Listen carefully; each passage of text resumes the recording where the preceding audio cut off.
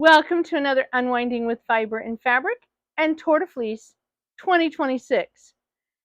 It is July 4th. I have my patriotic red, white, and blue braid. I have managed to set up my wheel, get myself comfortable. I have the air conditioning on. I have two fans pointed in my direction. I am going to spin some of this braid despite the 100 degrees Fahrenheit, nearly 38 degrees Celsius temperatures that we've been having the last couple days. We may get a little bit of a break in all of this heat on Monday, but I don't want to let the first couple days of Tour de Fleece go by without spinning. And I do have this hand-dyed red, white, and blue braid that I'd like to spin. But because of the heat, I don't have the mental ability to figure out how to spin this other than I think I'm going to split it in half, spin up as much as will fit on a bobbin, and then ply it, chain ply it to try to keep it a red, white, and blue, somewhat stripy yarn. I've done red, white, and blue in the past. It's not exactly my favorite color combination to spin. I think it gets a little bit busy, a little bit. It makes me think of birthday confetti sometimes. A little bit, a little bit busy for my taste. But we are celebrating the 200 and sorry if I've touched my mic, 250th anniversary of the Declaration of Independence. By the way, I've split it into down to a quarter so that it's just a little bit less that I have to hold in my hand and in my lap as I spin. We're celebrating the 250th anniversary of the Declaration of Independence. I have a little bit of memory of when we had the bicentennial back in 1976. I was little and I was in school. I had just started school and they were doing huge celebration for the bicentennial, and they had all of us little kids tell our parents what we wanted to grow up to be. And I chuckle at the memory. I guess I've always been a little bit nonconformist and a little bit maybe more difficult than I realized until I was grown. But when I was asked what I wanted to be in for the bicentennial pageant that our school was putting on, I said I wanted to be a princess. And no matter how hard my mom tried, she could not convince me that you can't really be a princess for the bicentennial of a nation that fought its independence against having kings and queens and princesses. Needless to say, my mother, she was very creative. She was not somebody to she was not somebody who would easily admit defeat. She was determined to figure out a way to make me happy and a way to also have me fit in the pageant, the school pageant. As it turned out, what she did is she had me dress up as Miss America. She had friends who had little tiaras from in our area we had the Dairy Queen and Dairy Princesses. And my mom had friends whose daughters had been Dairy Queens and Dairy Princesses. She borrowed the tiara from one of them, She made me a little ball gown. I think it was, for some reason, I'm thinking it was like icy blue. I'm not really sure I've actually seen any pictures of it, to tell you the truth. I've heard about it for years when I was growing up. I had the sash that she made with sequins that said Miss America on it. And for the longest time, I always was like, oh, I want to grow up to be Miss America, because I had no real remember. I was very little. This was a kindergarten age. And so I grew up thinking, I guess I want to grow up to be Miss America. But as I grew up, I was like, I don't understand why I wanted to grow up to be Miss America. It didn't fit anything about me. I was not a girly girl in that sense. I was certainly more of a girly girl than my mom ever was. But I wasn't really outgoing. I didn't like a lot of attention on myself. I suspect that the only reason I really agreed to participate was, one, it was mandatory, and two, it was a costume. And as I know that when I was about 8 years old, I had an opportunity to be in the school play as Little Miss Muffet. And I did not have any problem at all doing that. I liked that. But again, it was a costume. I didn't have to actually be me on stage. I was somebody else. But it was really interesting when I think I was in my early teens, maybe just before my early teens, that I finally asked my mom about this sash and asked about the bicentennial pageant. And that's when she told me that the problem is that I wanted to be a princess, a desire that a lot of little tiny 5, 6, 7-year-old little girls want to, have as their goal to grow up to be. I wanted to be a princess, and she was trying desperately to find a way for that to fit into the school's pageant. I still, if you asked me now today, if I had, what I wanted to grow up to be, in retrospect, I would say that the signs were already there. Even at a young age, I think there were already the signs that I wanted to be a scholar. That might have gone over a little easier. Maybe not as flamboyant as wearing a tiara and a sash, but certainly would not have had any hoops to jump through in order to get it to fit in.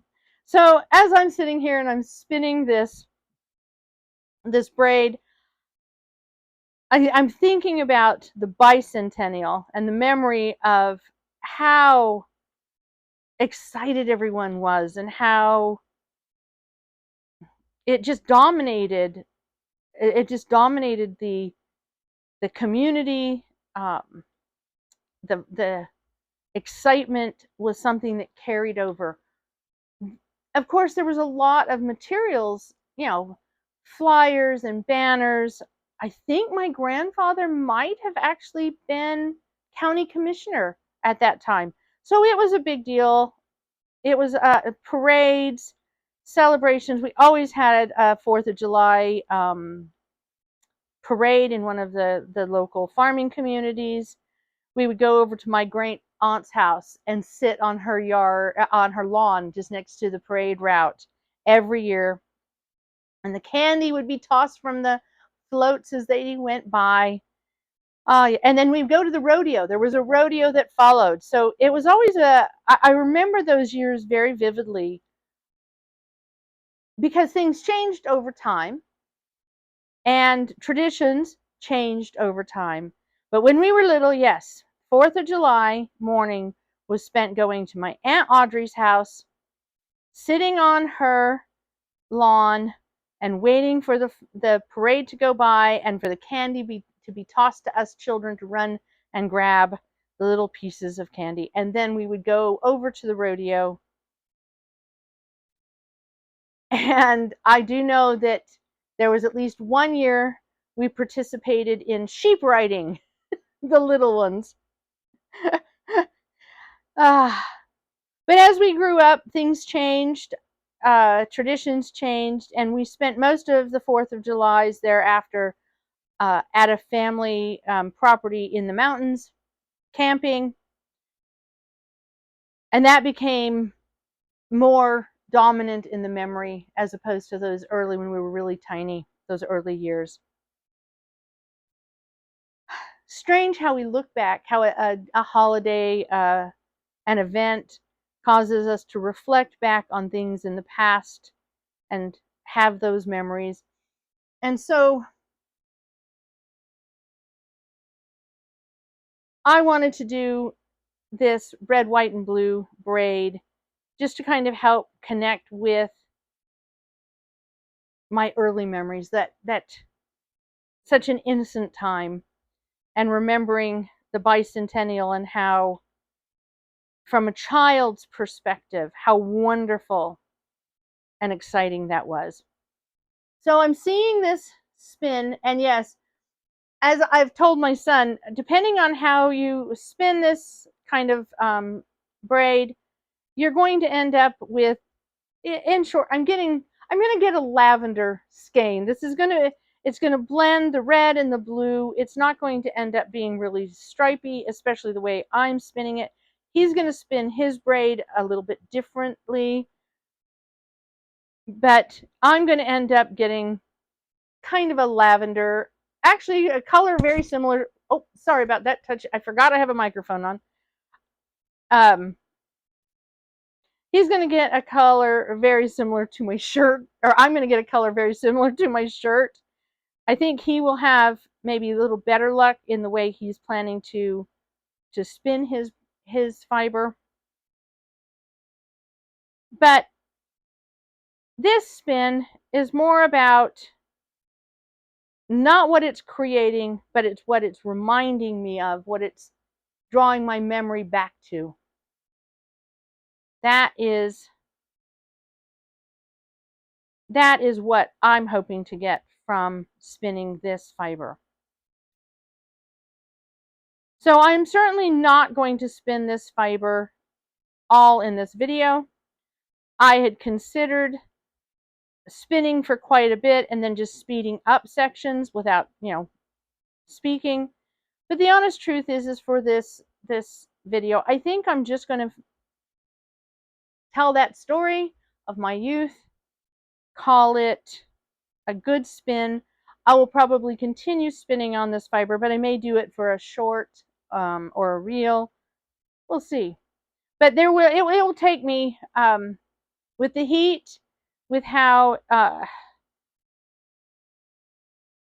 much energy I spent just getting set up today. My husband came up and redid my overhead lights so that it makes it easier to record the videos. So I started a little later in the day. I could normally spin this 4-ounce braid in a sitting, in a day. I've done it many times before, but I've also not been melting like an ice cream on a hot summer day. I am melting. And so with the fact that it is so hot, it will probably take me a couple spins to finish this fiber. That's the other thing, this braid makes me think of as I wrap up this video. There is a icy pop that I remember from my really little childhood. In fact, even earlier than the memory I just shared of the bicentennial. My earliest my earliest memories go all the way back to when I was 3 and 4 years old.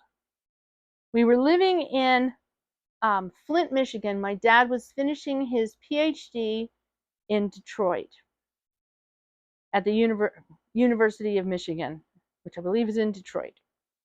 And there was certainly no air conditioning.